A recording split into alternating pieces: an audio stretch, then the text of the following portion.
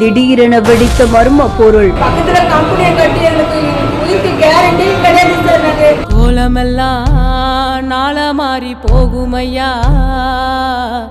மூச்சு திணறலால் அலறி துடித்த தொழிலாளர்கள். அந்த கம்பெனி சாத்துங்க ஐயா, ஊருக்கு தாழ்பா வச்சு நான் அந்த வாழ்க்கையில நான் பார்த்தல மாரி தண்ணி வந்துட்டேன். காலம் வரும் நம்பிக்கையா போய் வாங்க. சாய கழிவுகளால் ஆங்காங்கே கருப்பு சகதியாக மாறிய கிராமம். இந்த டேங்க் வெடிச்சு எங்க மேல அவ்வளவு கஷ்டப்பட்டோம் சார். நாங்க செத்த நாய்க்கு என் பிள்ளைங்களெல்லாம் தேடுறேன் சார், எங்க இருக்காங்கன்னு தேடுறேன் சார். கம்பெனி கட்டி ஒண்ணுமே முடியல சார்.